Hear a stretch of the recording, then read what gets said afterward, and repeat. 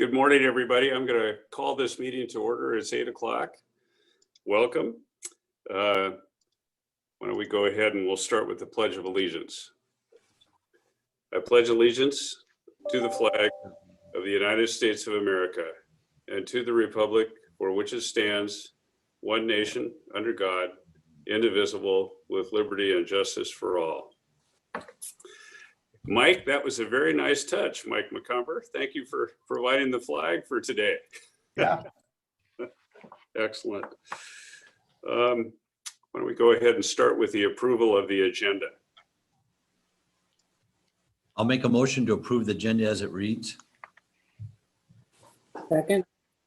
Been moved and seconded to approve the agenda. All those in favor say aye. Aye. Aye. Thank you. We'll go on to the consent agenda. I just have a couple of minor modifications to the minutes, if I can insert those.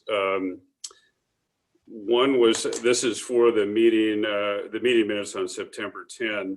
This is a very minor thing, but under new business, the Farming for Life exhibit that we're going to be hearing about today, it mentioned that Steve and I met with Brad Rader earlier in the year. Actually, it was in December of 2019, so minor thing. And then further on down, I think the second paragraph from the bottom in new business, there's just a typo on the date, budget for remainder. Thank you. Did you see that? Yeah. No big deal. So just a couple of things. Is there anything else? John, with those, it's never been clear to me, with those modifications to the minutes, do we then have to separately approve the minutes as modified and take it off of the consent agenda? Yes, you should. Okay. So are there any other modifications to the minutes of the meeting for September 10th?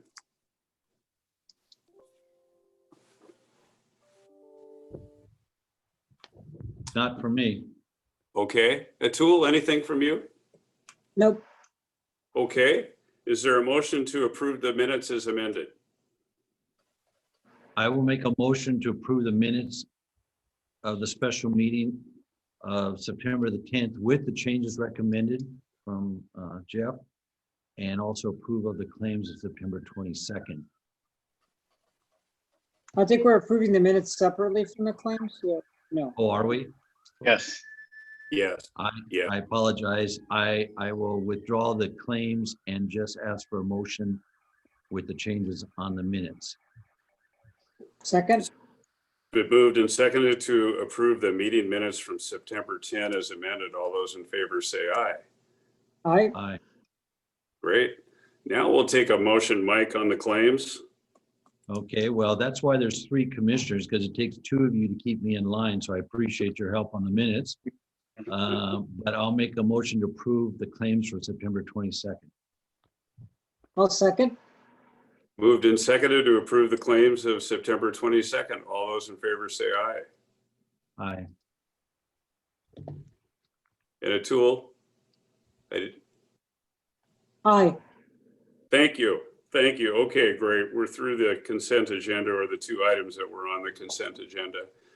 So today we're going to move into old business.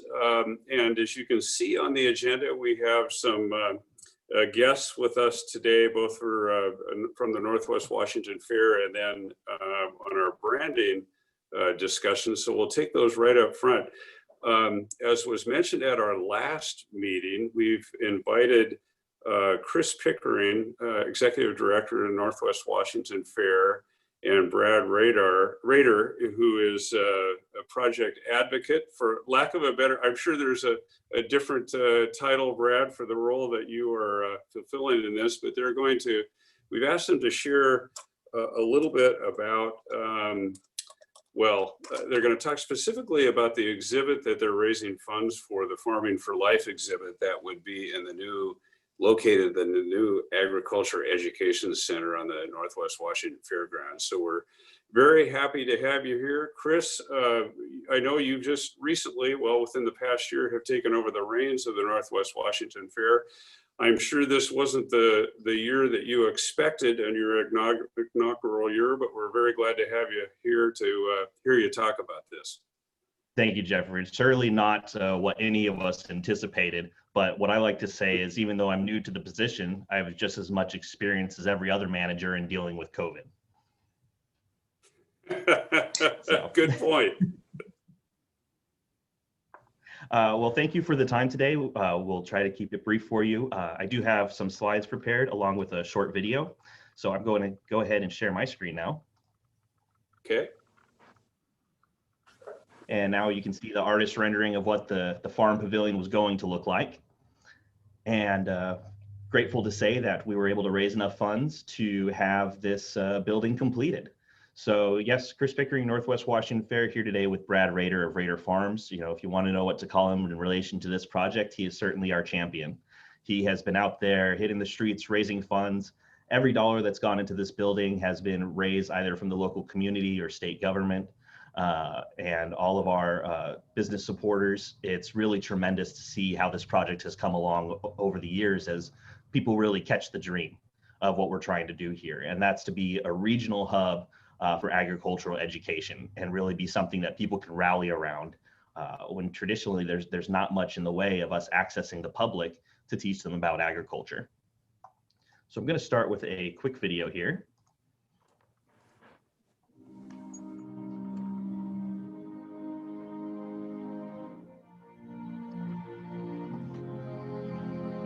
Our planet is a delicate. Hey, Chris, we're not seeing the video on the screen. Oh no, it says Yeah, we're seeing it. When you muted yourself, it muted it though. Okay, then I will continue. People in the world, and we all need food to stay alive. As the population grows, so does the demand to produce more food.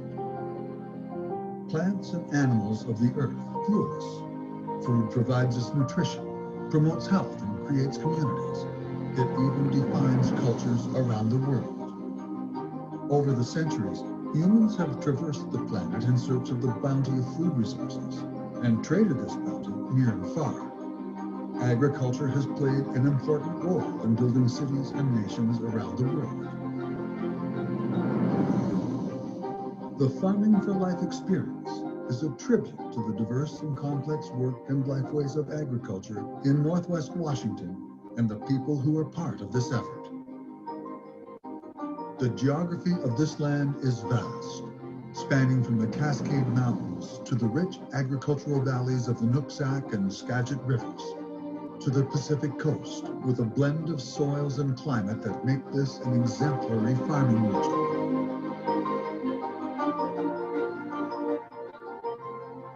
The Farming for Life experience invites visitors to explore the wondrous enterprise of agriculture in Northwest Washington.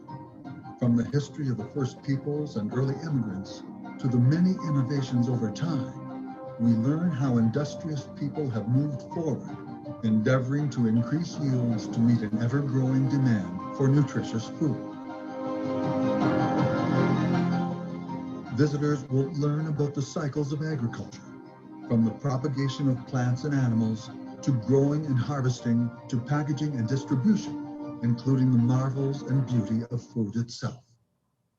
The Farming for Life experience will showcase the people and products of Northwest Washington, ranging from large farms and national and global distribution networks to smaller family farms and regional food hubs.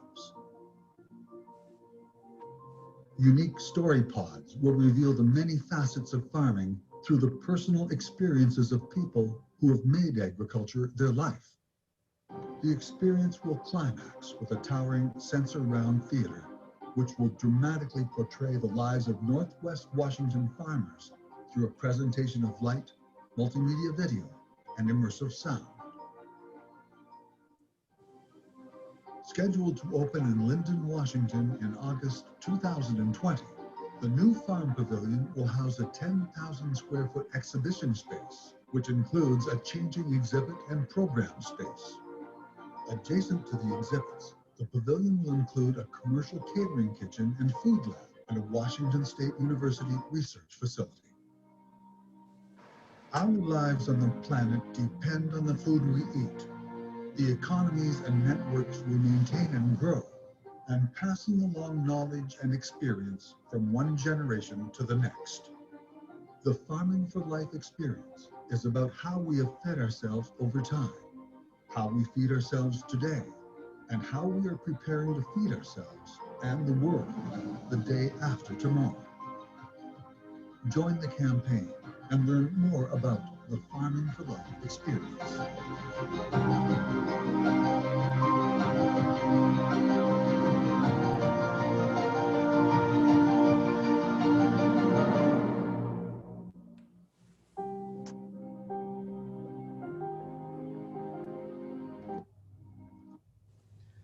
So that's always invigorating to watch. It certainly conveys the message of what we're trying to do here. Now, since that video was created, we've made some adjustments to our project. As you may note, the building has been open since July of last year. We beat that August 2020 deadline. However, the exhibit itself, we were going to start construction earlier this year, but then COVID hit and affected our building crew, and then of course our operations as well. So what you see here is the outline of the current exhibit. It's been adjusted based off of the donations we received. We scaled it down from $2 million to $1 million, but still want to deliver that full experience for everyone who comes through our doors. So this is what it looks like as the overview. We'll be going through each of the chambers very quickly. This exhibit will be open year round. It will not be just a fair time thing. This will be available for school programs and to open to the general public as well.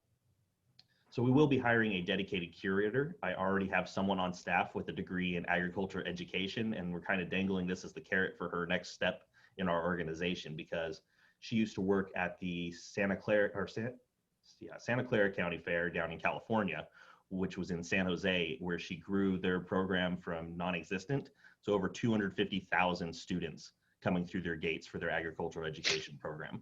And they didn't have a nice building like this. So I have high hopes for what she'll be able to accomplish with us as well.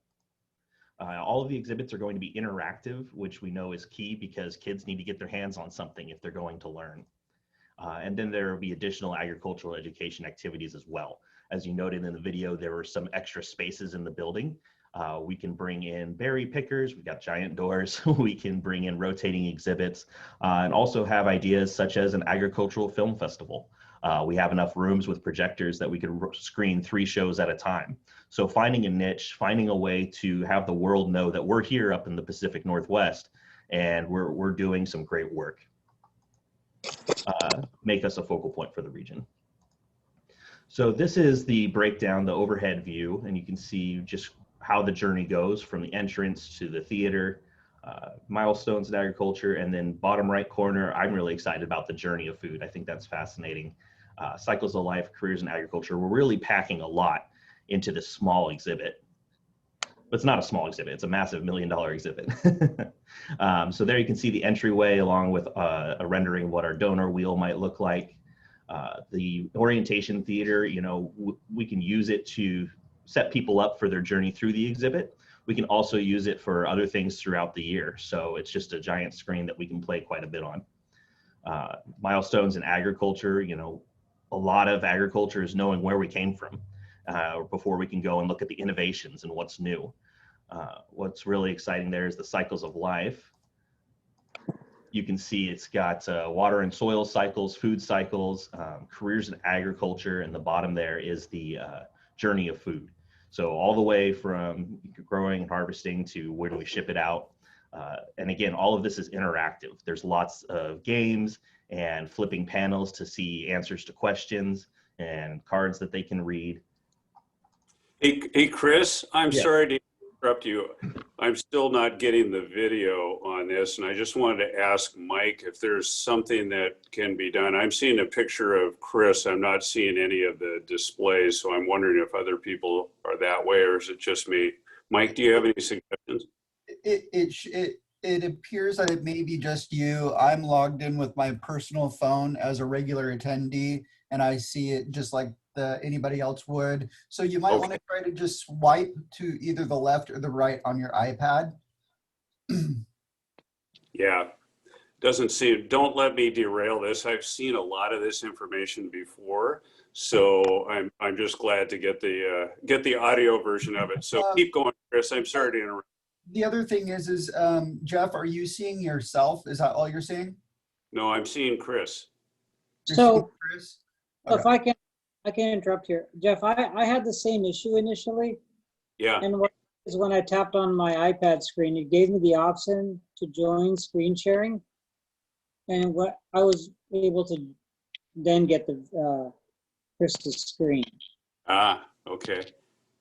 Are you seeing that as a possibility if you tap your screen? No, I'm not. So, well, hold on just a second.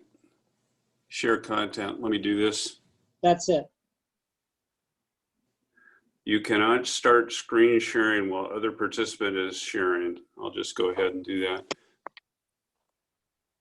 Yeah, there's a glitch here, but hey, Chris, keep going. I don't want to interrupt the momentum, so. All right, no problem. Sorry you're not able to join us on the visual, but I'll give you the audio tour. So as you can see here, we have the berry exhibit, raspberries, strawberries, blueberries, with a conveyor belt where it actually sorts out the berries, which is always exciting. And then you can see where that silhouette is standing there on a pad that'll actually vibrate like you're on a berry picker.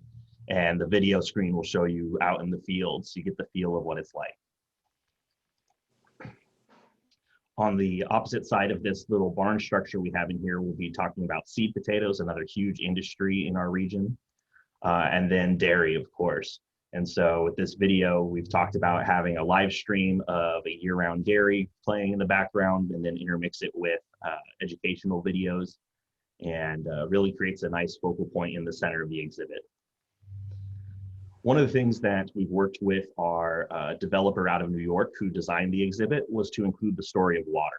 And ways that that would work would be water rights and usage, flood control, nutrient management, and habit restoration.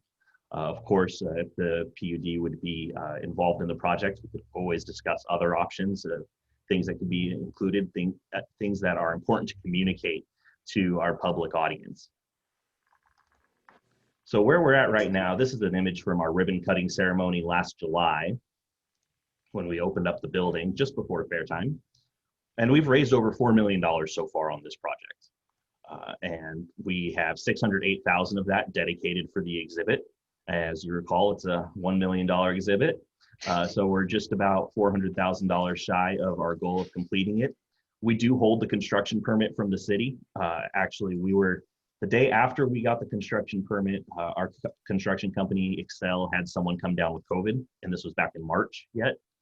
And by the time they had recovered, we had shut down all of our operations, and the board, in their wisdom, elected to not move forward with construction when we were uncertain of our financial future at the time. Fortunately, things have come along, such as the EIDL and PPP loans, and we've been able to have successful events like we just did this past week with our drive-through zoo. So we're going to be okay. There will be a fair next year, but we still are that $400,000 shy from completing this wonderful exhibit and really having a premier interactive agricultural education display in our area. So that was everything I had prepared for you. I know Brad can offer more details on his side of things and where we're at in our partnerships in the community. So Brad, take it away. Thank you, Chris. Hopefully everybody can hear me. Yes. Yes. And, sorry, maybe you can see me, Jeff, but you can't. I can't see you, but that's okay.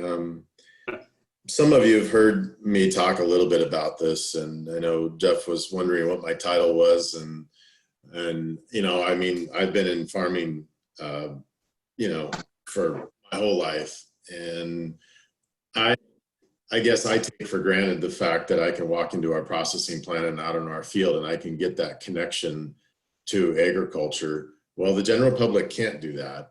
And I think that that is an issue in our world. And I'm not to get on my soapbox for a bit, but the idea behind this and big reason for me being involved. Brad, this is a safe place. Please feel free.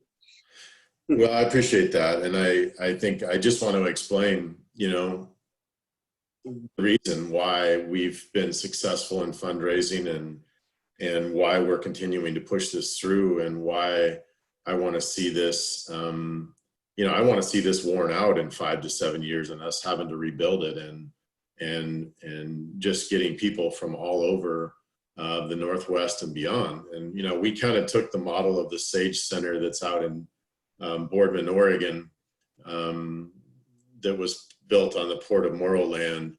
It's right along the freeway there. And that was put together in a similar manner and for similar reasons to explain the story of agriculture. And we all, even at our house, and we're in farming all the time, but every time we, let's say we have tacos or something, I try to get myself to think about where the lettuce came from and the tomatoes and the tortillas and all those things. But it's just there. We have this safe, abundant food supply. And our goal with this is to try to get that connection to take place. And we've had some opportunities to get school kids through, and we're having to turn away school kids, not in this exhibit, of course, but in the expo building. And so we know there's this opportunity with school kids, but we really want to attract the voters, the adults, and those others, and tell that story as well. We'll know we'll get them through by having it open 6 or 7 days a week. And, you just think about the PUD and the water piece of this. We are pausing right now to think about, water, and we have, some challenges ahead of us with water here in this area. But does the general public really know what the connection between water and agriculture is?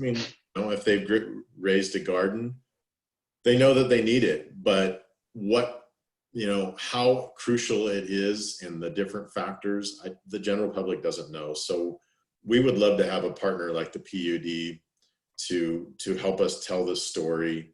I'm not sure exactly your thoughts, but to Chris's point, and David Lackey, who did some design work for us, we can throw out different ideas, and we'd love to have. I think it's an important part. It would be a total miss if we didn't have water here. And even if you don't decide to partner with us, we have to include it somehow.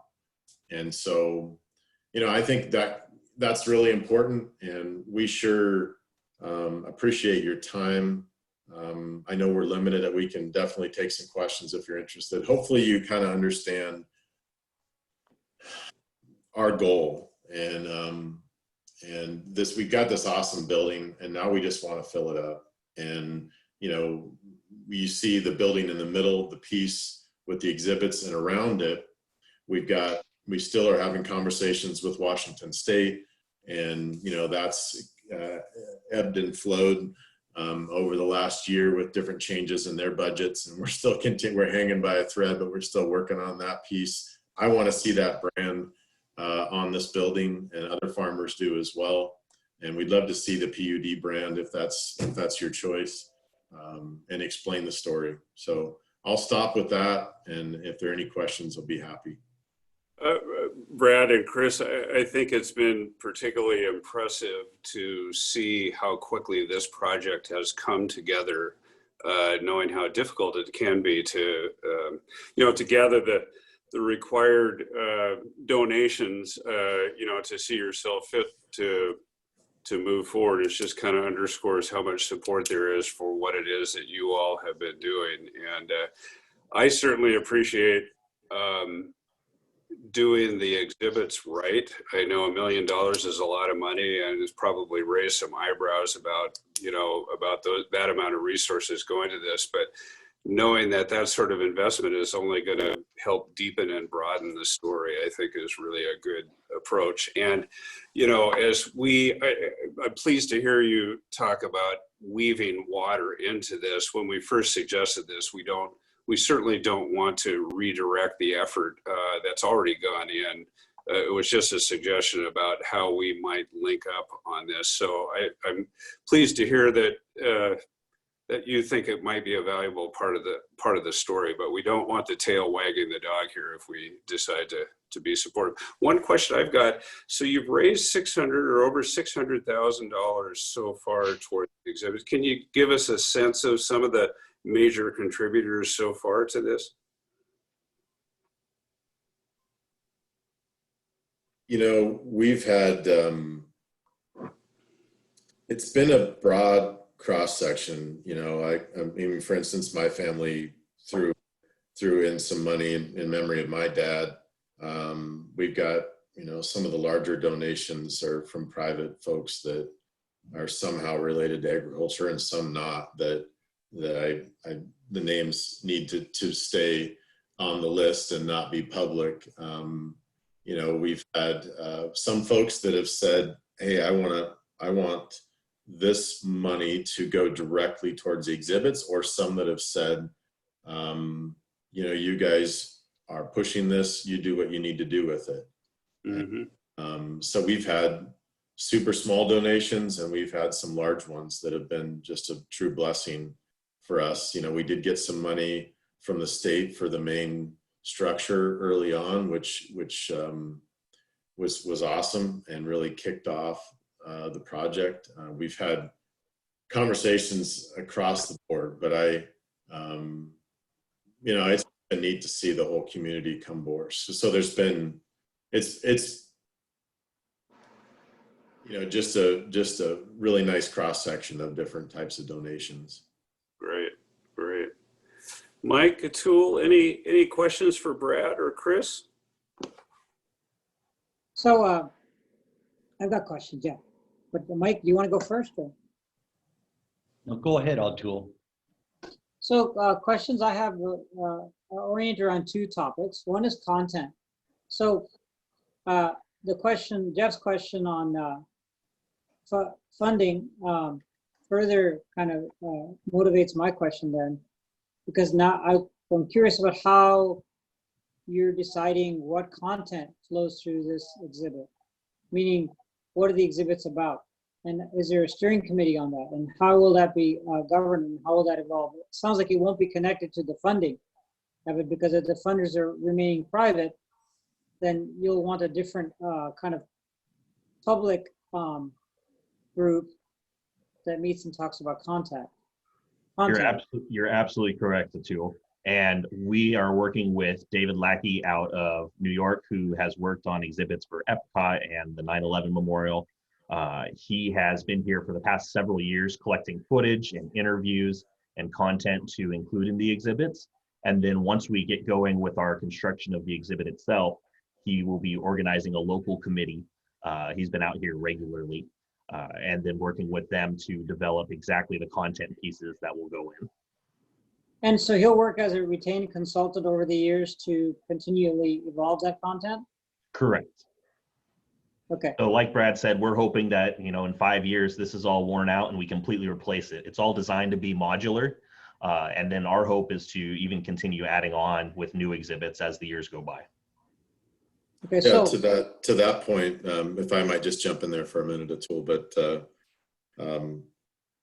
you know, there's a amazing amount of agriculture in Washington State. I know Jeff has connections to the frozen vegetable industry like I do, and you know, I would love to see this thing grow to, because it's somewhat focused on Whatcom County, and we're hoping that we can grow that in time to show what happens on the east side or down south farther, and the apples and the vegetables and other things, and tell those stories, and those could be part of the transitions. And you know, it's going to take funding to do that. We are going to charge admission. You know, Chris can talk a little bit about that, but you know, we'll have to continue this fundraising piece, and you know, we'll have learning to do as we move forward. I know, you know, we've talked a little bit to the folks at the Sage Center I did early on, and they've learned a lot through their process, and we will as well. And I know Chris is a good leader, a great leader that'll be able to chart the course for us. But I'm excited, really excited to be able to get that connection for people. Not hearing anything. Did we lose Sorry. you? Did we lose you, Mike? No, you're good. We hear everything. Okay. Mike, the commissioner. Okay, I'll check their computer really quick. I can see everything still. Okay. Go ahead, Brad, while Mike is tending to Mike's computer. Okay. I think that thought was done for me, so I'll pass it back. Okay. So thank you for those answers. So the consultant is somebody that I'd like to kind of understand the consultant's process for content, and then figure out like how would we input to the consultant if we have ideas on water, because I very much heartfelt agree that we don't understand how we get our food, and it's, if we're going to change that, we're not going to do that tomorrow. It's going to take a long-term effort over many years, and a local effort for sure, and then also a nationwide effort. So I just want to make sure you know where I stand on the importance of agricultural education. It's extremely important, and it degraded, our general understanding degraded over a long period of time. So it's not going to come back overnight. So, hopefully Thank you. institutions like the fair and this educational effort will begin the process of bringing awareness back to the general public. But it's important to realize that it's got to be done for the long haul. So I'm just thinking about content. I think you answered the question, but then the question is, this consultant, what's his burn rate, and how is that going to be managed over time?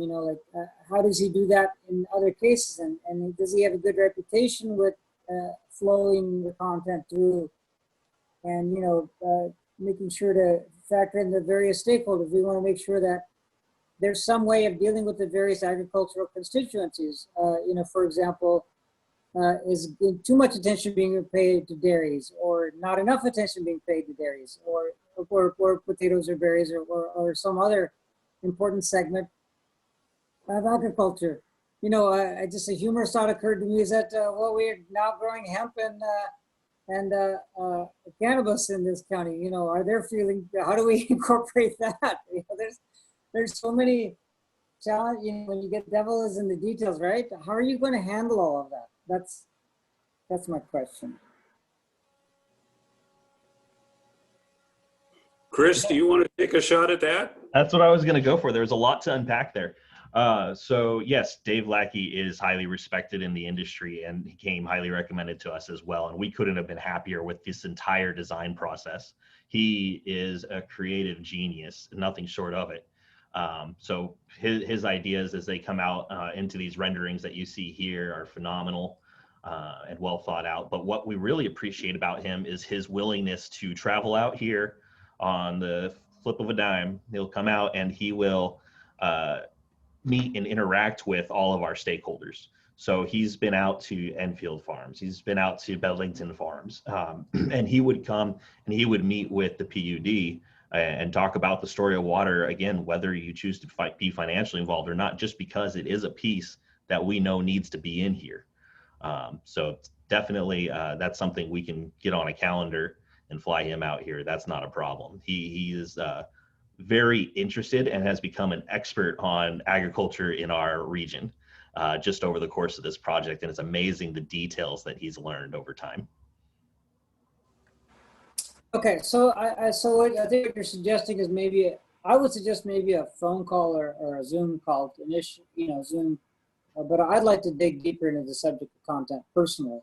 I'm not speaking for the other commissioners here, but I can definitely speak for myself, because I think it's really important to understand that flow of content, what that would look like, and how, input on the subject of water would work. The other topic of question that I had was on connectivity. So it's not just a local effort, as you all completely understand, and I've already stated it's a statewide effort. It's a national effort, and so the facilities, and for example in Boardman, I'm sure there are educational centers in Eastern Washington. How are you collaborating and connecting the efforts across the country, across the state, across the Northwest to manage the flow of content and to get content where it needs to be the most, which I'm guessing students at Linden Christian are a little bit closer to their food than students at Bellingham High School. So Atul, when you're talking about content here, you're talking about content for the exhibits as well and connecting to broader region. I think what I discovered there, Jeff, is that I need to talk to the consultant. But what I'm talking about, how there's the activities here are can be made, can be delivered to where they need to be delivered and to be coordinated where they need to be coordinated. For example, there's probably a lot of benefit to look at the stuff that's flowing through, for example, the Boardman Educational Center. That's one thing as far as the input of content, but then the delivery of the materials, for example, how to get this information, how to get the in front of the kids who are least exposed to where their food comes from. That's a question of mine, because there are, of course, people in parts of the state who live in relatively dense urban environments, and you want to get that content to them most of all, actually. Absolutely. And, we had a small exhibit in the Farm Pavilion last year with a little model of this, and we had sheets for people to fill out on a scale of 1 to 5, how important is agriculture in your life, and then why. And the one that I want to have framed says, no, 1, not important at all, and why? Because I live in the city. So it is just a divide, 20, 30-minute drive to Bellingham where they don't get it. So it shows exactly why we need to do this. And that's where, I was really relying on our agricultural education director position, where she has that experience of drawing in outlying school districts, bringing them in. But then I think this pandemic has really made it clear just how easy it is to make things accessible online. And to come up with creative ideas and activities. With this drive-through zoo we just had this last week, we had people come up from Tacoma. If we had this exhibit open, no doubt they would stop inside as well. I see Brad has his hand raised. Brad, I didn't know about the. I wish I would have known. Yeah. Oh, I was just going to throw in something. 2 Fridays ago, I spoke was invited to speak at Linden Christian to Mr. Band's Intro to Ag class. My dad was Star Farmer of America in 1959, so I showed that movie and just got to talk to him a little bit and asked for a show of hands of how many people lived on a farm. And, you would think it would be half the class. I've done it the last 5 or 6 years. It's usually about 2 or 3 out of the 30 kids in that class. So our whole area is changing. When I moved here, when we moved our farm here in 1987 from the Puyallup Valley, that you guys all know what that looks like now. If you've been down there, I think there were 300 or 400 dairies in the county, and now there are 82 or something like that, and counting, going the wrong way. So, our area is changing, and I think the time is of the essence to make this thing happen and continue to connect people. I really feel like, one of the things we wanted to partner with Washington State on was teaching classes out of here. And, I think that still has an opportunity, but I feel like everybody should have a where your food comes from class. And they all have to get above a B+ average to go on and graduate or something. But I just feel like we take it for granted, even I do. regardless of what school you're at. I feel like, I don't know, I think we have between Vancouver, BC, because I know, Chris, once this COVID thing's over, we get a lot of people from BC. There's, I want to say it's 5 or 6 million people between Vancouver and Tacoma or more. And so we've got this opportunity. I met with a donor, and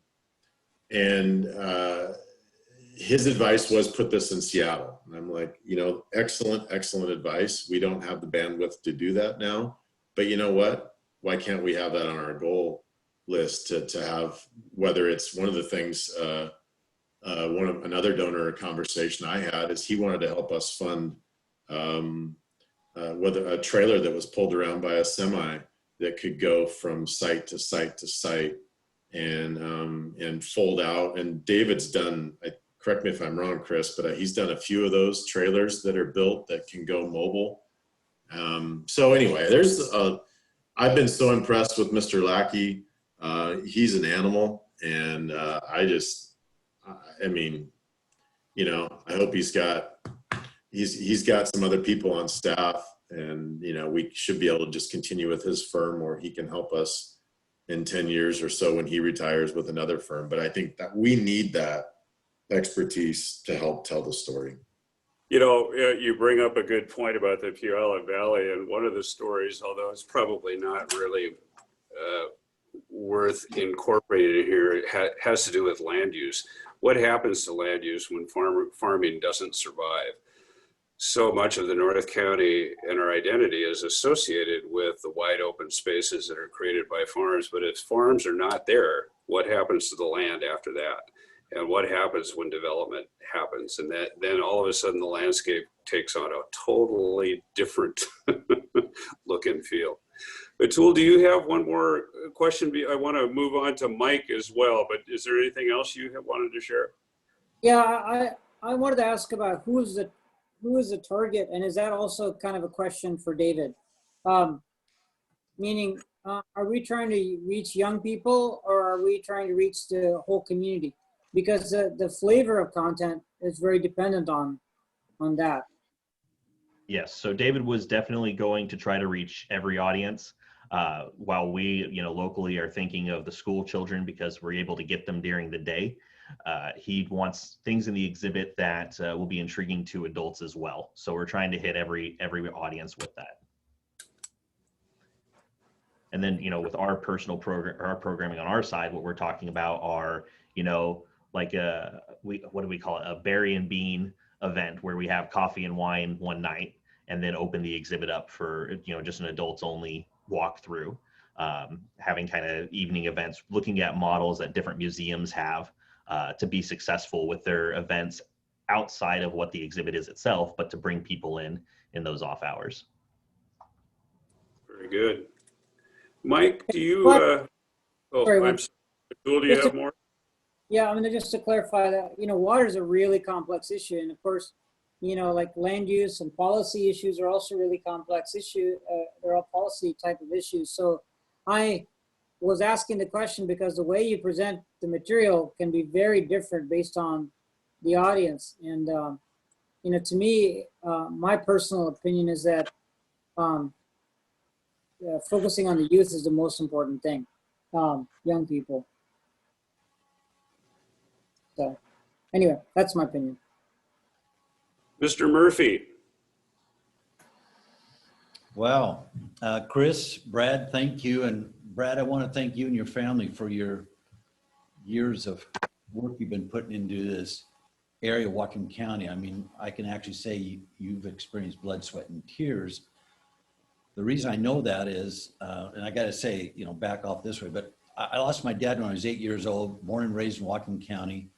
I had a little too much energy from my mother, and I had a younger sister. And so I had to go and live with grandparents, uncles, and aunts. I've been blessed that they all had farms. I learned what it was like to go out to the barn with a kerosene lantern and milk cows by hand and fill the cans and have a truck come by, to following farming all the way through into milking parlors. If I hadn't had that experience, I wouldn't have understand farming. I didn't understand what a farmer goes through. I did see the blood, sweat, and tears. I saw the financial loss. I saw the destruction of crops. I saw dairy die, and I saw what farmers struggle with. If I hadn't experienced that, I could not understand what farming is really like. I like what you're presenting, but I don't see it really gets to the root of what farming is really like.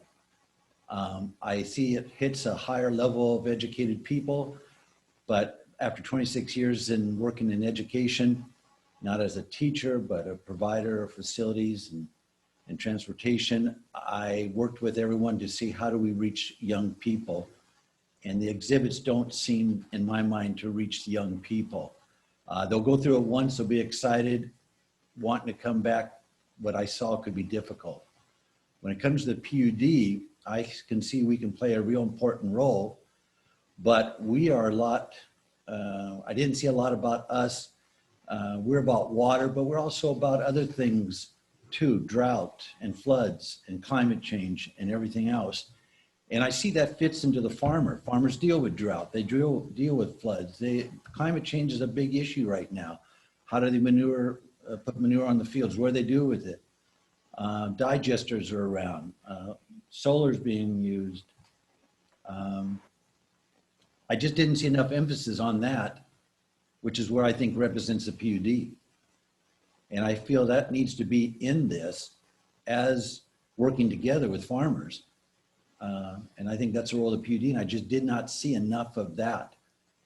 It's more than water just for us. So I don't want to take a lot more time. I could say a lot more, but I'm trying to move it quickly, just as the exhibit was quickly ran by us.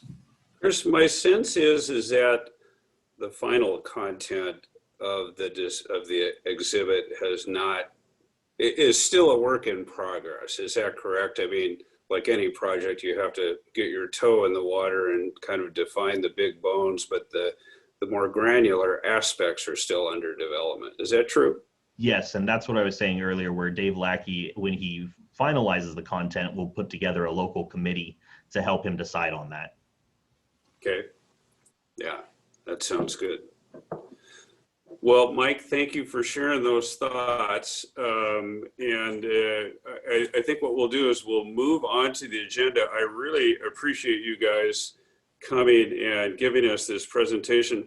Brad, I want to apologize to you for not doing a proper job of introducing you. I just assumed everybody knew who Raider Farms were, and you were part of Raider Farms. When I said I didn't know your title, I should have mentioned Raider Farms right off the bat. So anyway, you have been the champion for this project. I've seen you all over the place. You were at the EDI, presenting funds and put a lot of work into this. So we really appreciate it. No problem. And Yes. I would rather stay on the down low and just get this thing done. And it doesn't really matter.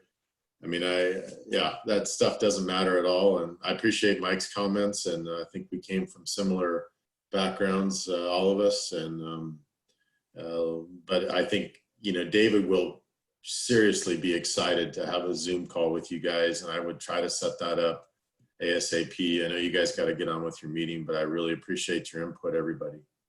Great. So it's something we're talking about is a follow-up Zoom call to talk a little bit more about content. And I know because you've spent so much time on this, you guys, Brad, and your, I'm sure there's a whole team. So please don't take this feedback as like not excited. I think we're all very excited about the concept, and sometimes when you get people excited, they want to contribute, and then it feels maybe a little bit like a step back. I hope it doesn't. I hope you're recognizing that we're very excited about this importance of agricultural education and look forward to a discussion on content. Brad, Chris, thanks very much, and we'll be in contact. Thanks for your time. Thanks for the presentation today. Thank you all. All right, very good. Well, we'll take this up in a future meeting. I'd like to move on to branding and logo design update. Our graphic designer, Heidi Dykman from GoGo Design, has been hard at work these past few weeks since receiving input from us a couple of meetings ago. And so we wanted to bring this back in front of everyone with a review of where we were and an overview of how Heidi has incorporated some of the input that we received at the last meeting. So Heidi, thank you for your patience, and we'll turn it over to you. Good morning, everyone. I assume you can hear me and see me. Yep. Okay, great. Yep. So we have been working on this logo, and our most recent work on it has been to implement some comments from our last meeting. We got into a little bit more of a conversation about wanting to include regional markers. That was a direction that originally we didn't want to necessarily go in because of logos that often include that becoming too literal and too busy for the size the logo can be. But we have made a study, and I'd like to share that with you. So I'm going to go ahead and start sharing the screen with you now.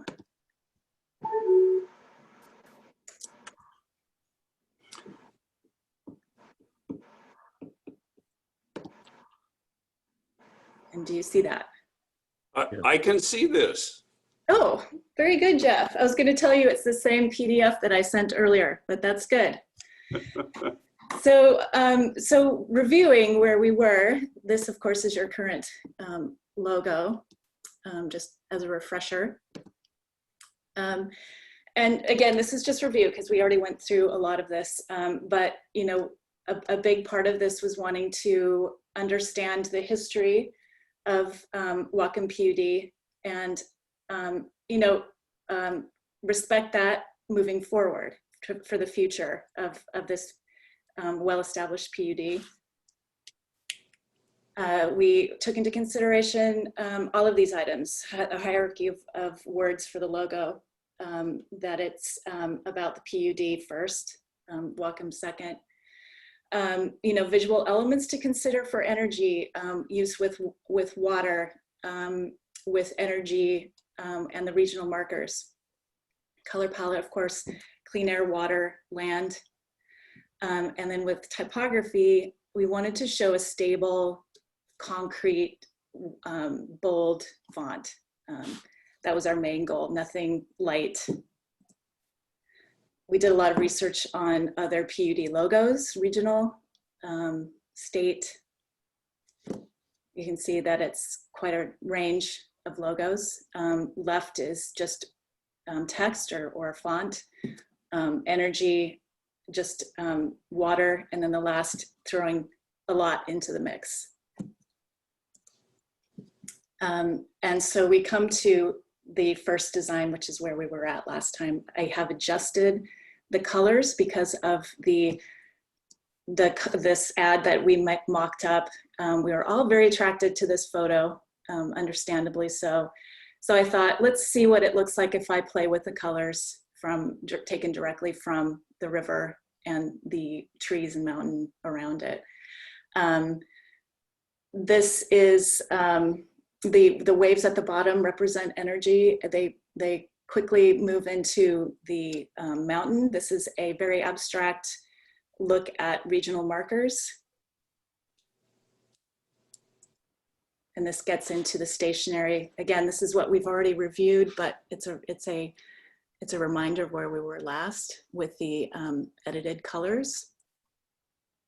This shows how you can bring that brand of lines forward, not always having it included in all of the materials, but where it's appropriate, bring it forward. Like here for the exterior signage, you wouldn't want to include the waves unless it works, but here on this building, it doesn't necessarily work. So you can bring that branding element of the lines in and out according to how you see it. The logo lives on its own. That is the stamp, that is your logo. And then the brand of those letters, or excuse me, those lines and imagery pulls forward. So the imagery that would back up your logo in publications, in ads, anywhere else, you can bring the regional images forward with that. This works, these lines work on this sign. This is what your trucks might look like. Maybe you would include a gray truck in the mix. That's how we can bring that line forward on the bottom. This would be cut vinyl. Those lines could be reflective. Here's a hat, always important. And your safety vests. Those would be a reflective ink. And of course, a hard hat. So bringing back to the regional markers not being included in the logo, but in your branding, in your imagery. Now we go into including that line or regional markers inside the logo. This is still that line that I used earlier, blending from water to mountain and basically being energy lines. It might work as well as the other lines, but sometimes not so much.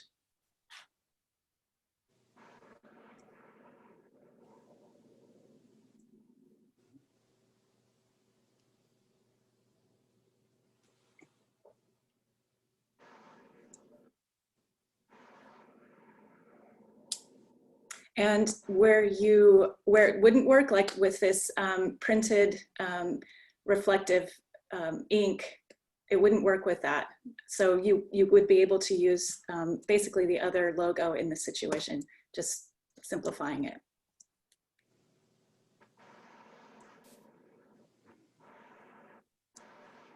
So here's where we get into icon. I dove into this lightly.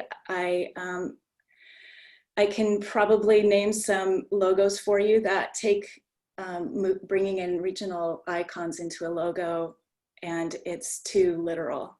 I want to stay away from that. A lot of cities, a lot of towns include all of the markers in an icon, and it's just not successful.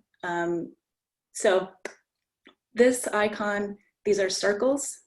This is the sky, mountain, the foothills, the river, all included in this image.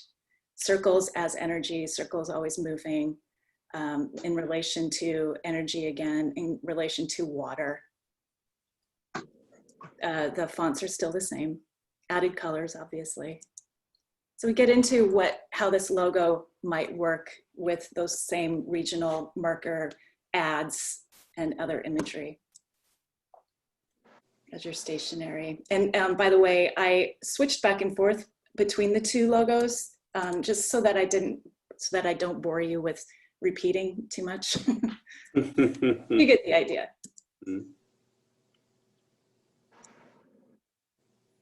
This might be a cutout metal sign. Same here.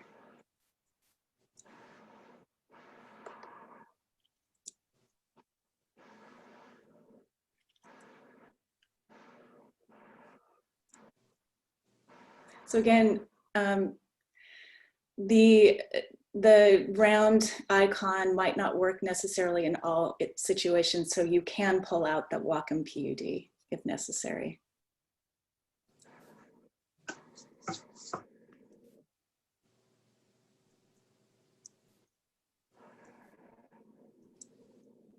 So I included the logos all in this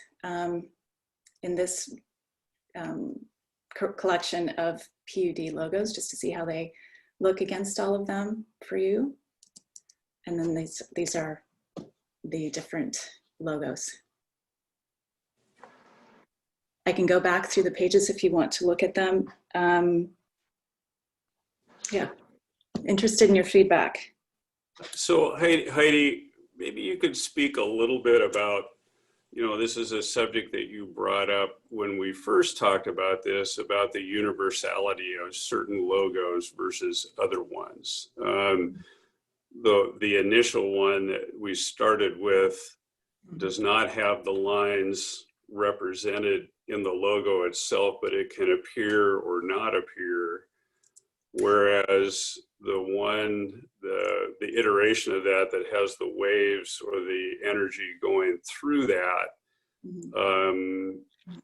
has different components that get used differently. It's always interesting to look at logos used in the different contexts, because sometimes certain designs provide other opportunities that other options do not. Sure. Yeah, talk about that. Yeah, so, you know, again, so this logo design lives on its own with these lines as a branding component.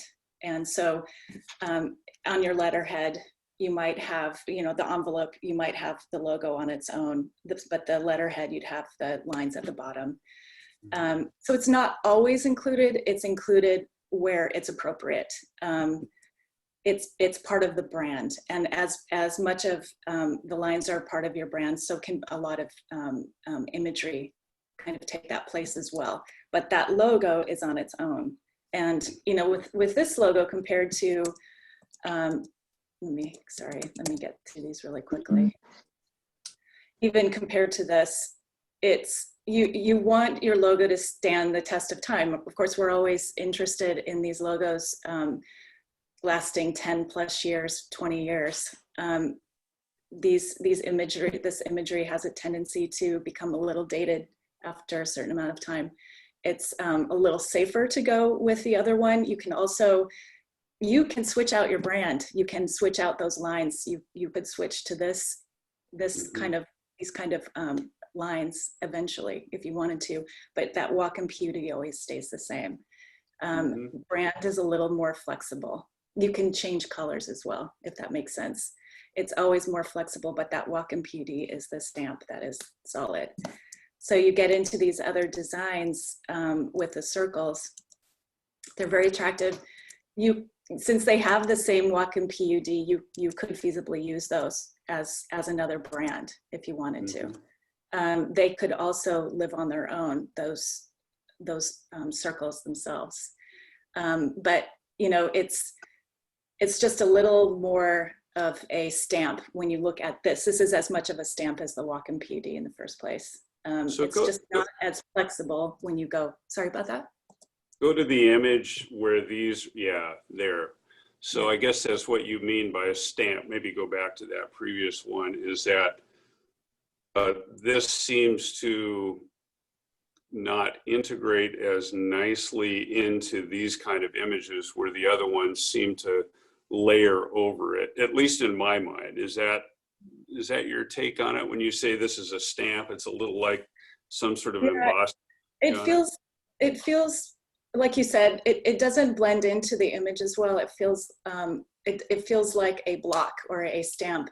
It's plunked on there. You could make it more transparent like I did with the other logo, but it doesn't read as strong as the other design. It doesn't integrate as well. It can be successful with stationery. Here it feels more clunky to me. Maybe if it's smaller,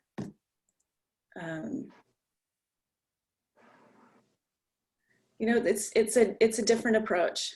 It's an attractive image. It'd make a great sticker. So, you know, it really depends. To me, I don't think it's as bold. I feel like the name is more bold on the right. You know, it reads easier when, say, you know, this vehicle, Whatcom PUD on its own, as its own brand marker, reads more clearly, in my opinion. Yeah. Could you go to the slide that shows all four of the logos? I think it was your last slide, and I'll just ask, you know, for some input from Atul and Mike. Obviously, the input that I think we received last time is that, one, the colors maybe needed to be more reflective of Whatcom County, and so the gray is switched out for the green, but then also finding ways to include those regional markers without becoming over literal is always a delicate balancing act. So I'd be interested to hear some of the input or insights from my fellow commissioners. Well, could we go back to think about, what the input from the last meeting was? If I recall, yes, it was a little bit of concern over the gray. I think there was also a reference from the last meeting about perhaps trying to bring in, was there a specific interest by Mike? Did you bring up the idea of the circle and regional markers, or was the circle an idea that was just contributed? The circle was just contributed, in my opinion, Okay. as bringing in regional markers. There was also a mention of wanting to include community. Right, connection. Mhm. I remember now. Yeah, Connect. we How do you did. Yeah. Sure. So in considering connection and community, what was decided is that it's about the environment around the region as the community also. You know, I looked at ways to include community markers, kind of iconography that relates to humans or community as in buildings and things like that. And it started to feel, again, too literal. So how I feel a good way to include community is through branding, through photos that are included. That's why I brought those photos in. Those could be community members, photos of community members, but definitely recognizable regional markers as community. I worry a little bit about trying to include too much in the logo. Yeah, I would agree. I would agree. And it feels like we have some great opportunities in a future marketing campaign, I guess, or however we choose to take this forward with some of the images that you've already provided, you know, whether it's a mountain stream or a mountain or that sort of thing. We've got the opportunity to reinforce, I think, those community messages just by broadcasting our brand and our message.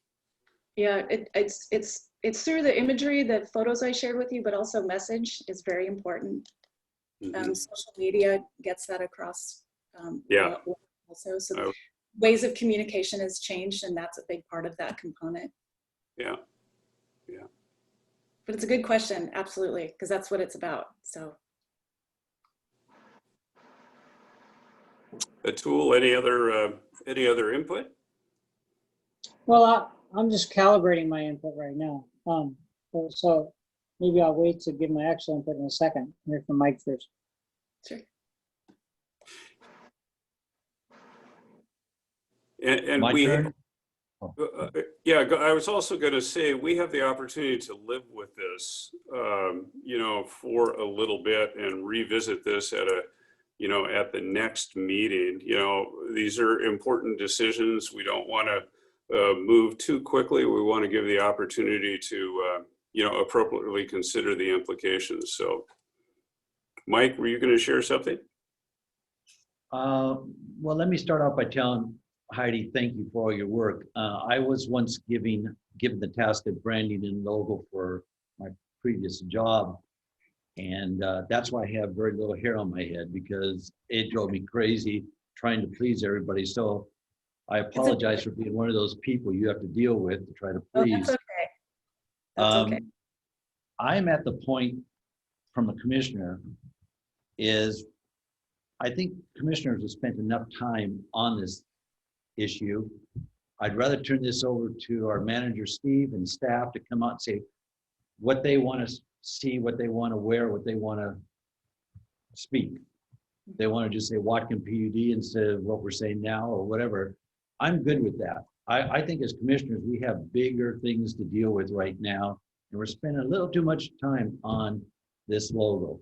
So I would like to move on and just turn this back over to Steve, staff, and the crew to figure out what they want, what they'd be proud about wearing or displaying.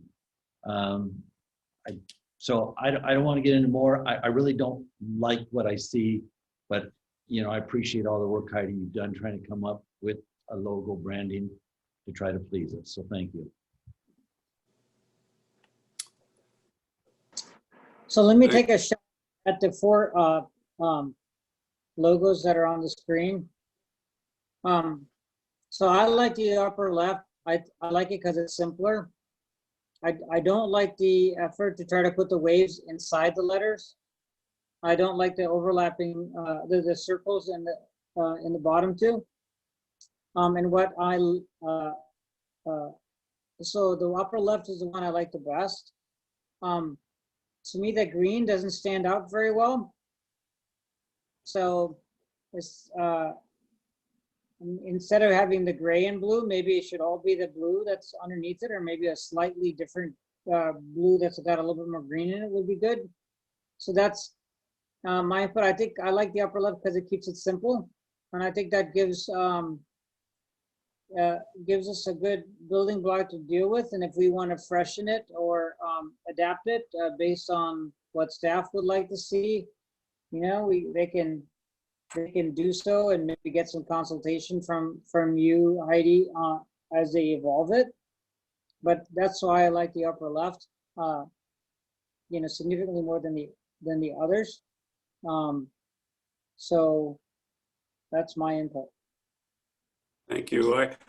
I would agree. I think it was valuable to go through the study. I could live with either the upper left or upper right, frankly, but Atul, for the same reasons that you have just articulated, it's simpler. I think it's going to lend itself more readily to various venues. I do like the being able to layer on of the waves where it's appropriate, you know, when it's appropriate. And, you know, yes, we could certainly, you know, fine tune some colors. Maybe the green becomes more vibrant.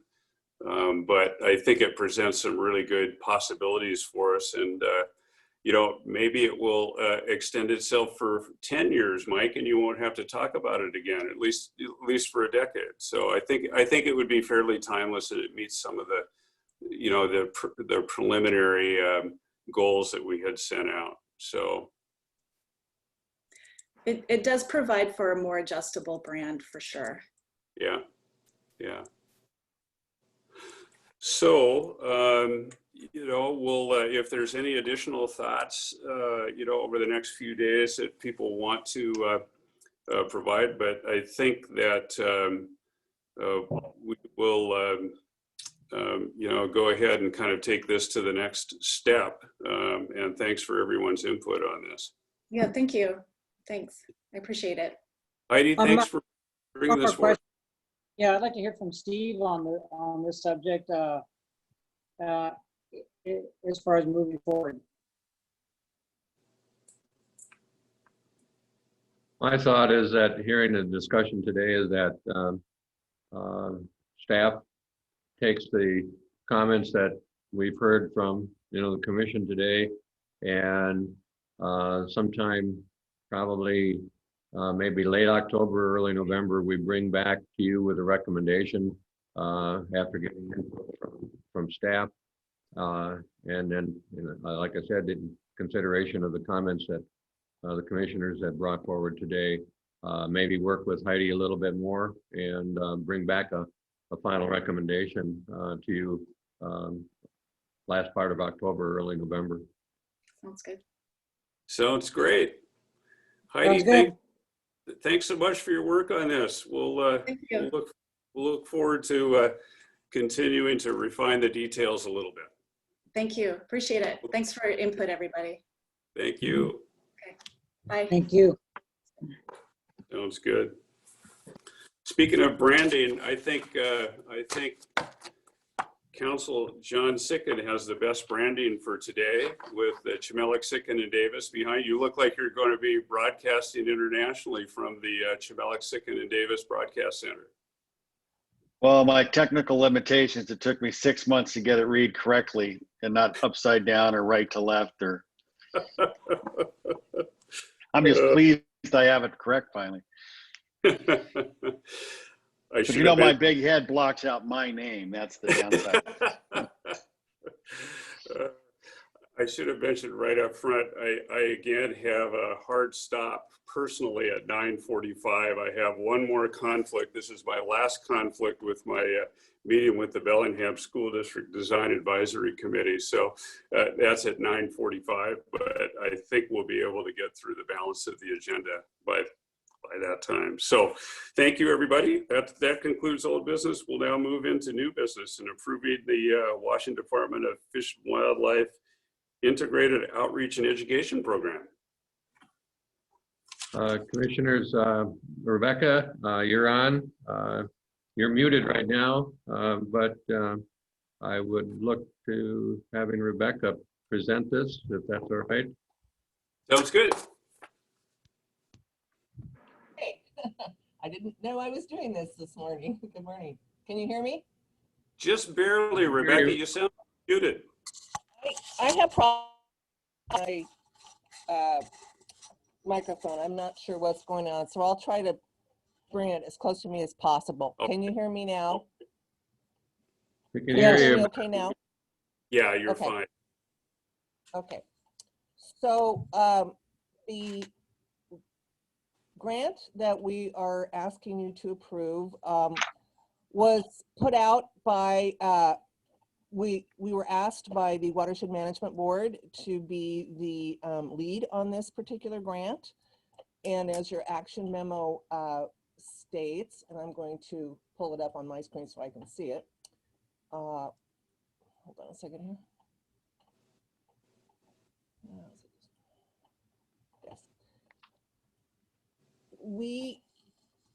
The district is a member of the Watershed Management Board, as you know, and we were asked to apply for this near-term action grant. This is a grant that is actually put out by the Puget Sound Partnerships, and the Puget Sound Action Agenda for through the Habitat Strategic Lead. There's different leads for these different grants. And this was when we actually applied for a year ago and we did not receive the funding. And then we reapplied for it and changed it a little bit. And we were notified in, I believe, late December that we got the $200,000 grant. So we have been working with the WDFW, which is the Habitat lead for these grants. We are currently working on the regional water supply grant as well with them. So we've done a lot of work with them. It took us a little bit longer to get the grant language finished because there is, we were hoping to do, with part of the outreach grant, we wanted to do a survey, like a community-wide survey, reach out to our partners and to the broader community. But we found out through WDFW, because this funding comes from the EPA, that we couldn't do a survey that asked the same question to 10 or more people without having it go through approval by the Federal Office of Budget and Management, I believe that, the OBM. I think I'm saying that correctly. And that would take up to 9 months. So we worked with our WW staff and came up with some options, because we could decide if we want to do an actual survey, we could, I shouldn't say we, the PUD, but maybe the Watershed Management Board would pay for that survey. But we also have another option of coming out with some more flexible ways to get information back to the team that will be working on this. And so now we're ready to go through. So we got the language in for that. And now we're just ready to go through and ask the commission to approve the grant. And then we will notify WW today that the commission approved the grant, and then they will send the final papers for signature, hopefully within the next week or two. the purpose of this program is to develop and implement a coordinated and integrated outreach and communications strategy that addresses Whatcom ecosystem recovery plan elements, including water supply, water quality, floodplains, Chinook, and stream flow. And this would be, we would be working with our current watershed management staff team, as well as other partners that we will use throughout the community, including probably the ag community as well. We are also going to take some of the granting funds to help support the Whatcom Watershed Information Network and to be able to provide some training and also some symposiums for through that group. And that will help, again, doing the outreach, tying it to the coordinated it with messages that the Watershed Management Board wants the community to hear. And then the final part of the funding was, well, there's two more parts. There's a small Whatcom assistance program that was done in 2014 and 2015. This was originally funded by the Puget Sound Partnership, and it only ran for 1 year, and then they did not refund it again, but it allowed about 5 or 6 different agencies in Whatcom County to apply for small grants to do outreach for different projects. One was like for the clean water program. NC got a small grant to do some more educational outreach. So that will be probably one of the first things we kick off once it gets signed, is to get the criteria and everything for that granting program rewritten and updated. And then finally, the final purpose of this grant is to actually write the communication plan. So those are the 3 main tasks that we will be doing. We've also been asked by the Puget Sound Partnership to do a forum, a knowledge forum for the entire region once we finish the grant and have our outreach plan. They kind of want to see, they want us to present it to some of the other outreach agencies throughout the Puget Sound Partnership. So that's kind of interesting. They kind of threw that in at the last, and we're like, okay, we can do that. So sometime in the fall, this grant will go through December of 2022. So it's a 2-year program. We're just a little behind in the scheduling right now, just because of the survey issues that we had to deal with, but that's been resolved. So I will open it up to any questions if you have any. Any questions? Yes, Atul. So if we think about, Rebecca, what we did this year doesn't apply. It's a weird year. We did what we have done in the last year in our community, in our region. And we think about what will happen next year as a result of this grant. How will next year be different from last year? Well, if the COVID restrictions are removed, then we would be having more in person, like for instance, Whatcom Water Week. Those we wouldn't be having necessarily. We might still have some of those virtual programs that are online that were online for this year, but we would go back to the in-person virtual forums and virtual not have anything virtual. That would be the main thing. Like for instance, with the speaker series, through the Whatcom Watershed Information Network, they've been having monthly virtual meetings for different topics, and those would continue. And we would some of the funding here, if you look at the actual grant, we would be doing 2 events each year through the speaker series, and we'd also be supporting Whatcom Water Week each year for that. And so it could be virtual or it could be in person. We just have to wait and see what happens with the whole COVID thing. So we're just going to continue to expand on that, but we will be looking for direction from the Watershed Management Board and the Watershed Management staff team as to what topics they might like us to focus on that will outreach the community and better inform them of what is going on. So let me try to paraphrase. Where it will show up is more content in Water Week delivered with this grant by the PUD during Water Week. Well, it would be in the form of a potential symposium or an event. And I would just be very clear that it's not just the PUD that's doing that. We have a team of Water Week members that come from City of Bellingham, Whatcom County. We have a couple private citizens that have joined our group.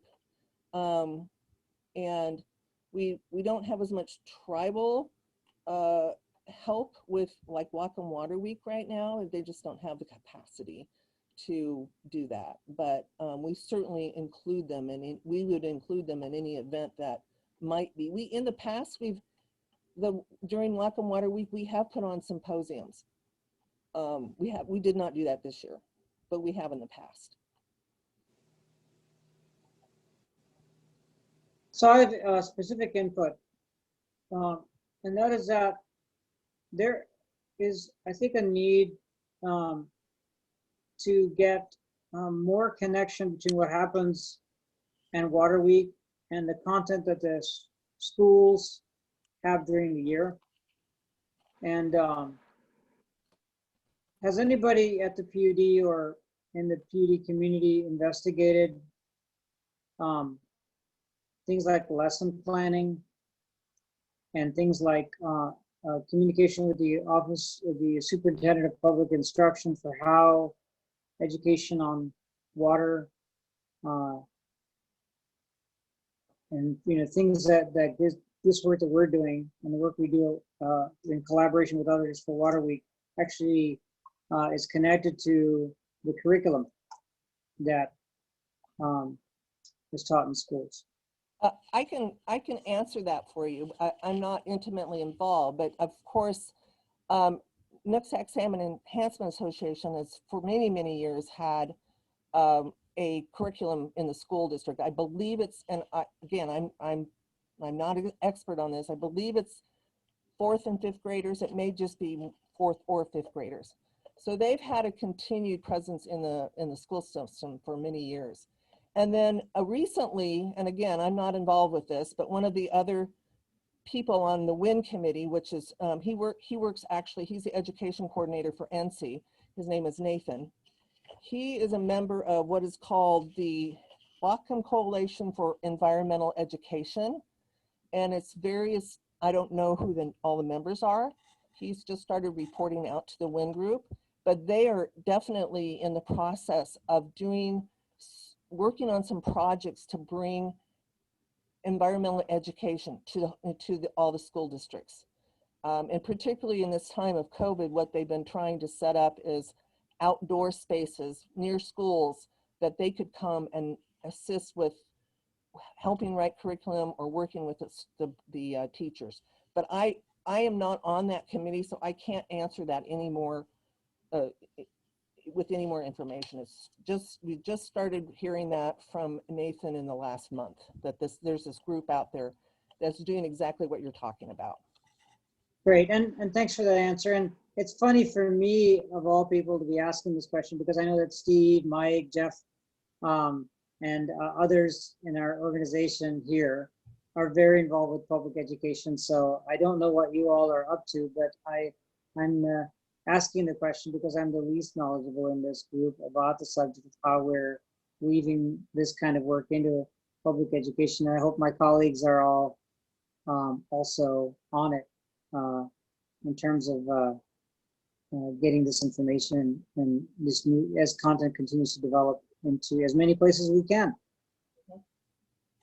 I think Rebecca too, doesn't the Whatcom Conservation District for the last couple of years, I think they've been teaching classes, I don't know what area, if it's science or what, I don't know what, what specific curriculum, but I think that Conservation District has someone that's been coming into the high schools throughout Whatcom County to talk about water use, water conservation, that kind of a thing.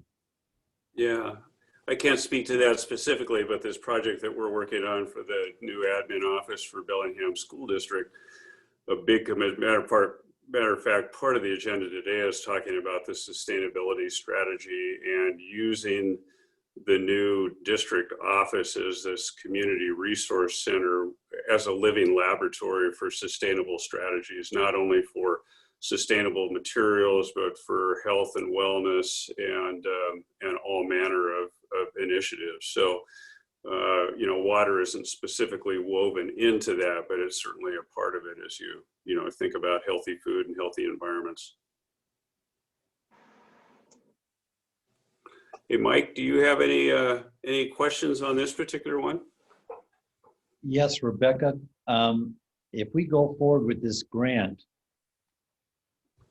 it looks like we're going to be responsible for the spending of it. Is that true? Well, we administer the grant, yes. Or does this have to go through Wire One or the Watershed Management Board to make decisions on how and where the money will be spent? No, I mean, we've already gotten that approval. Okay, so who among our organization is going to be making those decisions?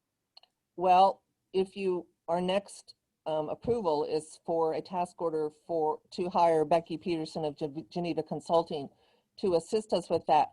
But we are not going to be operating in a vacuum. We will be meeting with staff to get input, and so all the watershed staff teams, so the 2 tribes, Whatcom County staff, City of Bellingham staff, we'll be meeting, you know, we'll be asking them for input, as well as probably other people in the community, such as ag, to make sure we have the topics that are important to do an outreach plan for.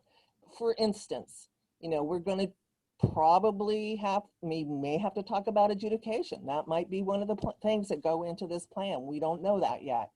Mike? What? I mean, that would be one of the things we may include. We will be talking about the regional water supply plan. We will be talking about the database management plan that's going to be, or excuse, drainage-based management plan. We could talk about flood.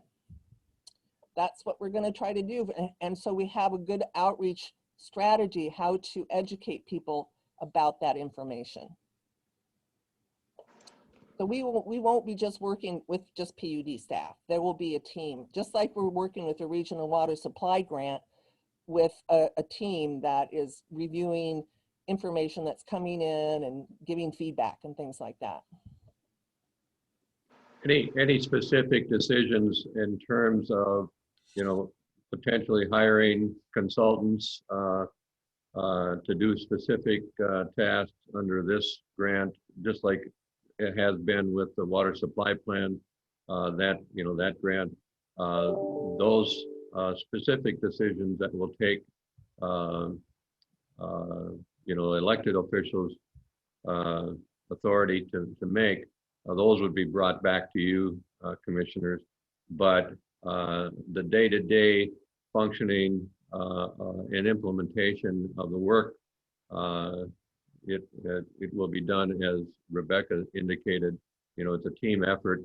This is really, and Rebecca can comment on this, but this is really an opportunity. This grant is really an opportunity to provide education and outreach for the Watershed Management Board's 5-year work plan is really what this is really all about. And so the work will be coordinated, with the Watershed Management team and others working together to make sure that the Watershed Management Board's 5-year work plan is really brought out to the community, provide an opportunity for the community to provide input into that, and really bring the community along in the implementation of that 5-year work plan. When the watershed management planning process starting back in 1998, when that progressed, the county actually had a full-time staff person working on outreach, education, communication on that process. And the last few years, that opportunity, and I'm not saying the funding from the county, but just having that coordinated effort and outreach, education, communication has been lacking, and this really provides the opportunity for us to re-engage in that effort. So with regard, I have specific, I'm sorry, Mike, if you're in the middle of something, but I have something that Steve stimulated. It occurred to me, Rebecca, Steve, that perhaps one of the things we could do, whether there are COVID restrictions or not, is to have an event which prepares the public for a council meeting in which we educate them about the 5-year work plan. And then they go to after that event, they're prepped for a meeting with the county council, specifically to talk about, because the county council does a couple of meetings a year, specifically focused on water, right? Which the public can attend. How about if we prep the public with this information so that when they engage with the county council, they also help educate the county council and bring the game up for all of us in the county, so to speak, literacy up for the county. I don't know if that's too bold, but it just occurred to me that one of the things I've experienced after meeting with the county council members is that they carry so much, the county council carries so many different topics that when we get back to water related discussions, they also kind of need a refresher. And as beauty commission, we only deal with water, electricity, a much smaller world. So I understand why it's hard for county council members to hold on to all that information. And maybe one thing we could do is help that education information, an idea. Great. So we have in front of us proposal to approve a grant for $200,000, no impact to our budget. If there's no further discussion on that, I would entertain a motion. I'll make that motion. Is there a I'll second? Second it. It's been moved and seconded to approve the grant with Washington Department of Fish and Wildlife to support development of the WIRA 1 Coordinated Integrated Outreach Engagement Program. All those in favor say aye. Aye. And that is carried. Why don't we move on to the second part of that discussion then, which is agreement task order number 5 with Geneva Consultant to carry out at least a portion of this work. Is that going to be Steve? Rebecca, do you want to take this?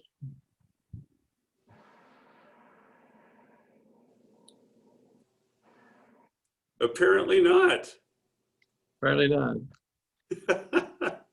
I'll try to chime in on this. And this is really we have already have a professional services agreement with Becky Peterson, doing business as Geneva Consulting on a number of different projects. But what this would be to approve task order number 5 with Becky Peterson and Geneva Consulting to actually do the work that she has been identified to do under this grant that you all just approved accepting.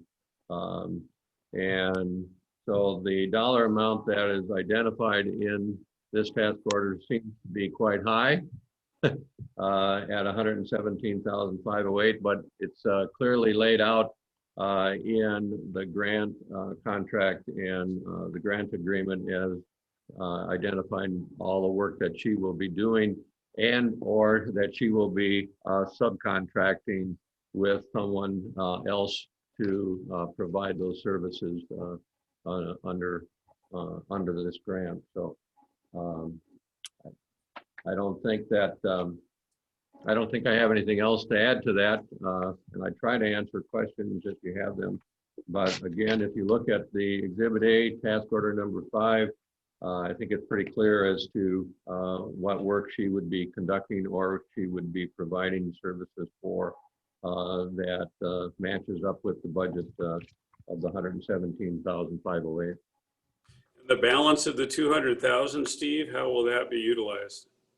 That will be, as I think, if you look through the grant, actually, the last portion of the grant document that was shown in the Puget Sound, you know, the NEP program, Yeah, it calls out specifically what the remainder of the dollars would be spent for.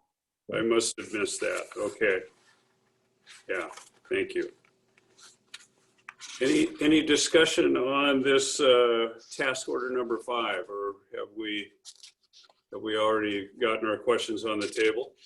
Mostly, I just wanted to clarify that is there enough room in this task order, and with maybe we can follow up with Becky specifically.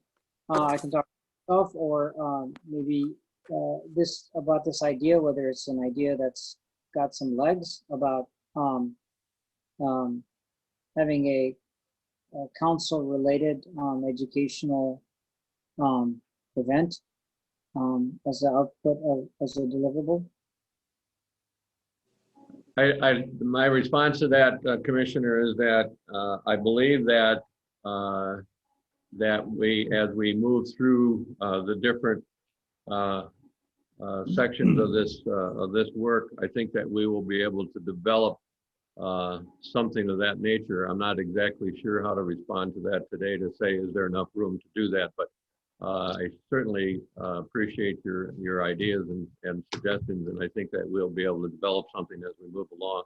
I think the other thing that how we do that really gets back to as we move ahead with this grant, how all the work that the Watershed Management Board is having conducted under their 5-year work plan, I think, and as we also look at other potential topics like adjudication in the next couple of months, I think that we'll be able to develop that, you know, that opportunity with the county council. So I don't know how else to respond to that today. Okay, so something I'll plan to follow up with both council members, executive, and and the people doing the work. I mean, I'm gathering that there is a room. I mean, you know, it's a broadly defined purpose education. With in looking at this tasks, there's lots of room in the tasks. So I'm going to push for that. The other thing that we've talked about, the Watershed Management Board and the Watershed Management team has talked about for several months, not just since the COVID-19 has come along, but for a couple of years actually, is about reinforcing the management of the work under the Watershed Management Board's 5-year work plan that creates an opportunity to create a much more collaborative, coordinated effort in moving that 5-year work plan forward. And I think that as the next few months come along, especially with the county executives' interest in facilitating, discussions with the tribes and with the state on water rights and all that, along with integrating all of the work under the Watershed Management Board in an effort to bring more efficiency there. I think that your suggestion about having this communication and work with the county council will really come to light. So, thank you. Mike, do you have anything to add, or would you like to make a motion? I don't have anything to add because the information in front of me on Exhibit A, Task Force Order 5, with the different scopes of work explains it. So it's good. So I'm going to make a motion to approve task order number 5 with Geneva Consulting or Becky Peterson. Is there a second? Second. It's been moved and seconded to approve task order number 5. All those in favor say aye. Aye. Aye. And I apologize again for this commitment that I have to go attend. The Bellingham School District has very close tolerances on these meetings, and they happen to align on these 2 dates. So I will need to exit. I'm sorry, Mike, if you could take over running the meeting, I'd appreciate it. I will, Jeff. Thank you. Very good. Thanks, everyone. See you next time. Okay, for our agenda, we're on item 6, which will be the general manager's report. Steve, do you have anything to report?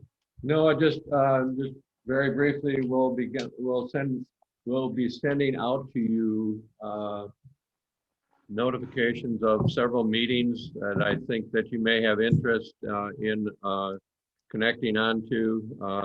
There will be a Watershed Management Board meeting in October. There'll be a Watershed Management Team meeting in October, and we'll send that information out to you. There is a planning unit meeting, Watershed Management Planning Unit meeting this tomorrow night, and we'll get that information out to you today to make sure that if you want to connect on that. We have received through a notification from our folks at the Washington Water Utility Council an indication that the Department of Ecology has submitted their budget request for an adjudication. They've submitted that to the Office of Management and Budget. So we have yet to receive a report from Department of Ecology on their actual recommendation for which basin to be adjudicated, but the budget request to the State Department or the Office of Management Budget indicates that the Nooksack Basin, along with an Upper Columbia Basin, are their 2 primary basins for recommending for adjudication. So we'll be obviously be needing to have more discussion about that. And then I have had an opportunity to have further discussion with the Port of Bellingham on firming up a partnership on moving ahead with broadband and fiber optic networks. I expect to have a draft interlocal agreement to you at our October 13th meeting. And then there is an annual meeting of the Northwest River Partners, which we are a member of, and that is coming up in November, and that will be a virtual meeting, and we'll get that information out to you. I think we might have actually highlighted that to you already, but we'll get that specific information out to you in the next week or so. So that's all I had. Thank you. O'Toole, any questions for the general manager? No questions for Steve. Okay. All right, thank you. And before I move on to the commissioner's report, John, you've been so quiet from the legal side. Do you have anything that you need to report or say anything? I do not have anything to report today, so that's your lucky commission meeting.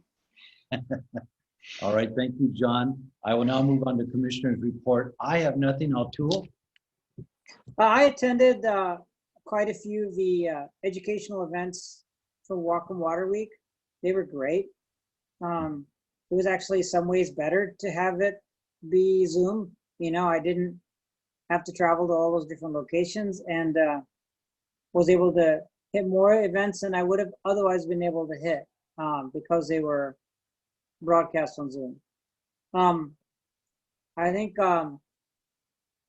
my comment is that I just want us to recognize that maybe only a small number of people participated. I'd like to get, if Rebecca has some information that we could find out, because in the past, we got in a previous year, last year, we got a report on Water Week. I'd like to invite Becky or whoever, Rebecca, whoever, to report out on Water Week. I'd like to invite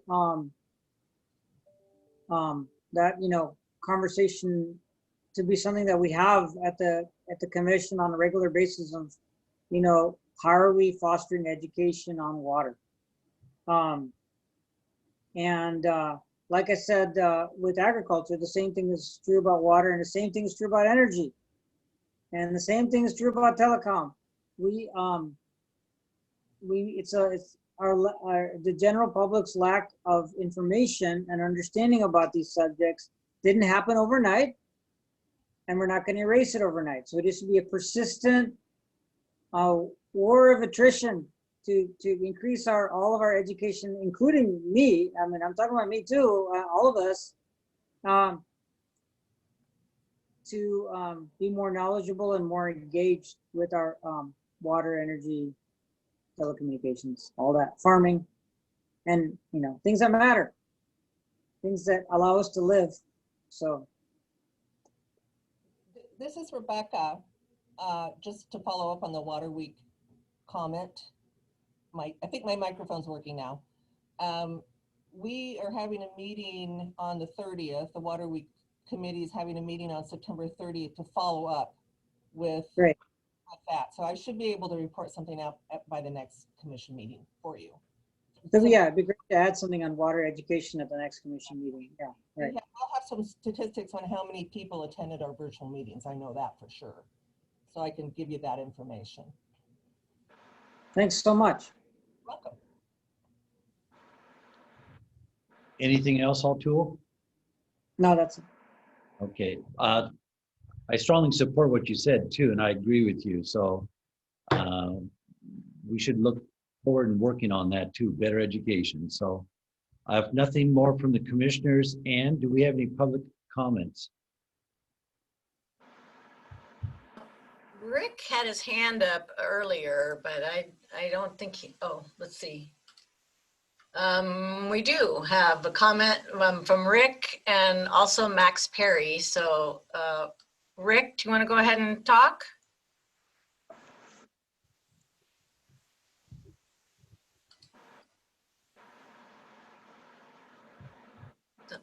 Rick? He's muted right now. There, is that better? There you go. Okay. I would have liked to have made these comments while Heidi was still here, but unfortunately that's apparently no longer allowed. Anyway, when I see the logo that says Whatcom PUD, or I look at that, I see Whatcom PUD, I can't help but remember a guy that I shared an office with many years ago. He was from New York, and he used the term PUD. It was a vulgar, derogatory term. And so I think when looking at your logo, you need to think about that. Actually, something like the Benton County logo, where there were dots in between the letters to make it clear that it's an acronym and not a word. Okay, thank you. Is there any other comment, Rick? No. Thank you. Max Perry.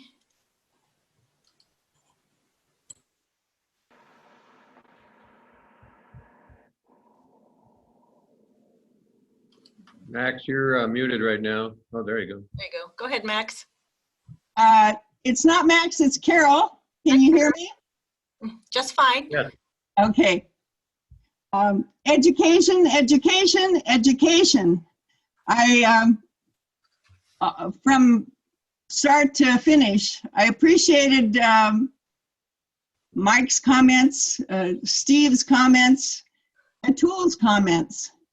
As one who has followed the water issue since 2013, I think, or 2014, I have a view from the public that's maybe a little unique. Seeing it from the inside out. And I appreciate what you're saying about what's going on or what has gone on. Like Steve said in the beginning, people knew more about what was happening in water. And there are many rails of watershed planning in Whatcom County. There's not just one path. That's why the county council is so, you could say, uneducated, and they're smart people. So if they're uneducated, what about us peons out here in the public? Anyway, I think my comments would be too long to share with you here, but one point that I really want to get across, and it may seem disjointed, but I think when you get organizations like the Puget Sound Partnership involved,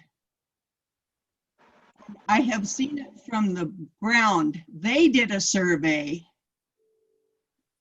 and they formed a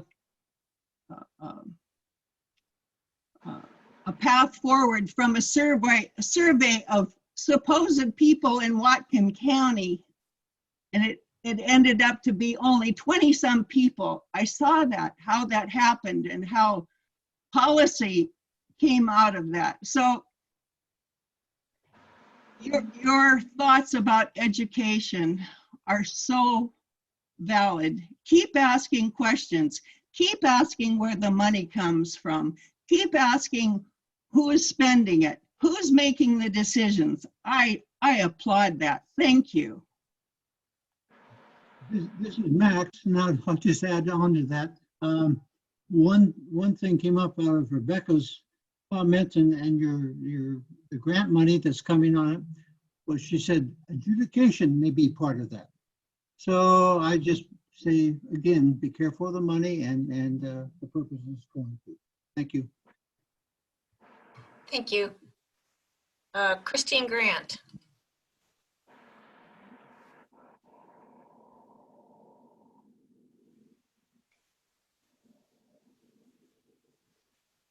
Christine, did you have a comment?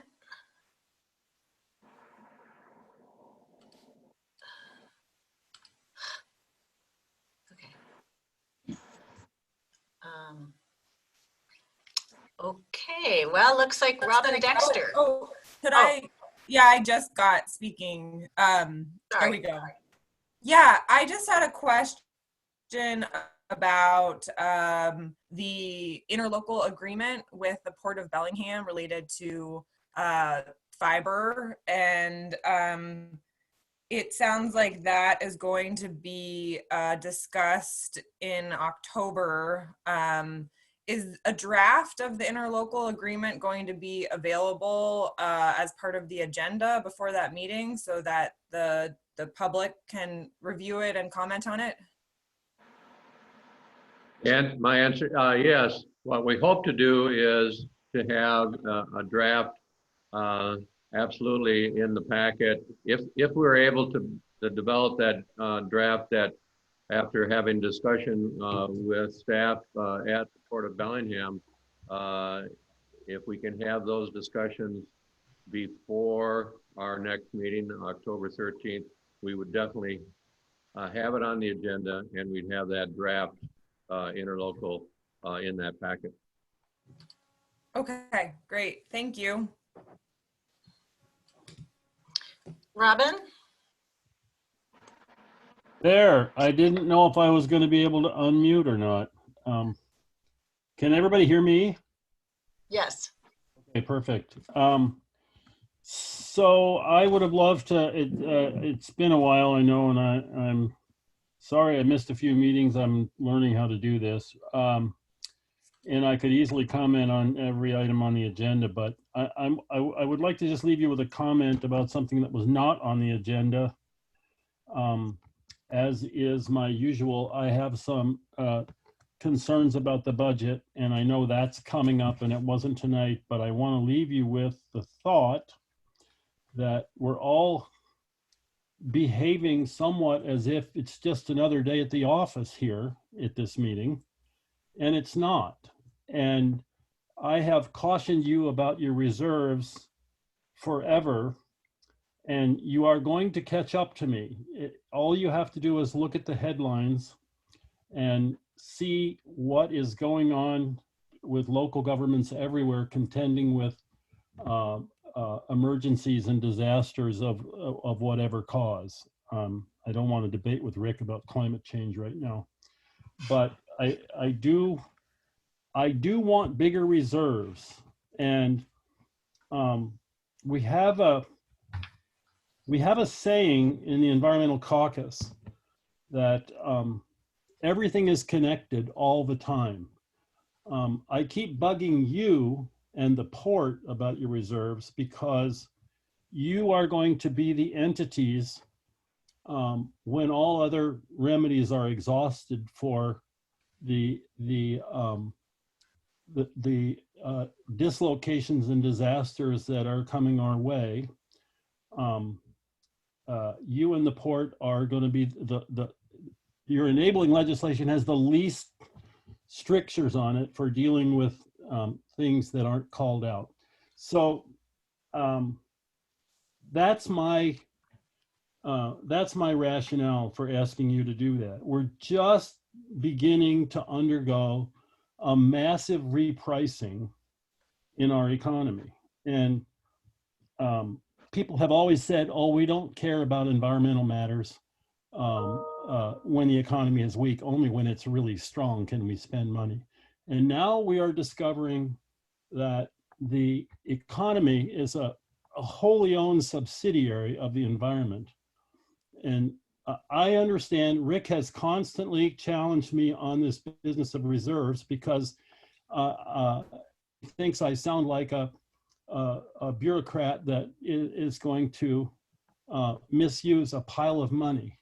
But that's as far from the truth as we can be. I am just seeing you guys as a last resort locally when remedies are exhausted from the kinds of disasters that we face.